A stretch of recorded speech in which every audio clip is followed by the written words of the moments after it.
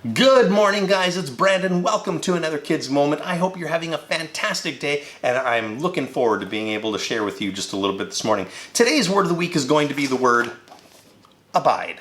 And abide is a really cool little word, and it means to remain stable or fixed in a place. It means to dwell or to live or to remain or sit in one single place. Now, Jesus tells us that in order for us to bear fruit, that we have to abide in Him, and He has to abide in us. And for the kids, we just went through all the fruits of the Spirit, and we were learning about those. And so for us to bear those fruits, we need to abide in Christ, and Christ needs to abide in us. And so to abide in Christ, that means we have to dwell or remain or continue on in our relationship with Him. Part of the beauty of the word abide is that it requires very little effort. Jesus tells us that we bear much fruit when we abide in Him.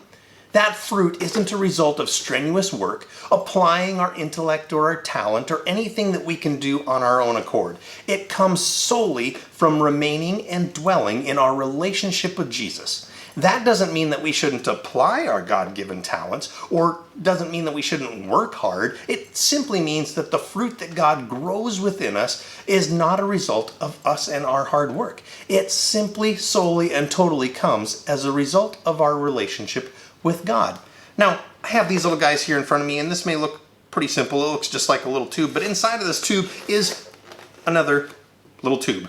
And inside of that tube is another little tube. And inside of that tube is yet again another little tube.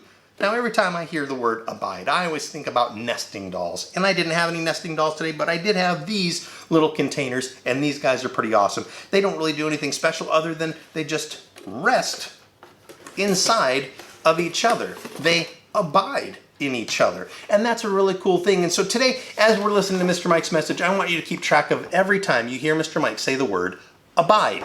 Now, in addition to keeping track of the number of times that Mr. Mike says abide, if you have a copy of the teaching notes or you have your own blank piece of paper at home, I want you to draw a picture of what you hear Mr. Mike talking about today, as well as keeping track of the number of times he says the word abide. Very, very good. And so there you have it, kids. That's our word of the week today. The word is abide. Keep track of the number of times you hear Mr. Mike say that. And with that, I'm going to sign off and we're going to send it over to the reading of scriptures. See you guys next week. Bye.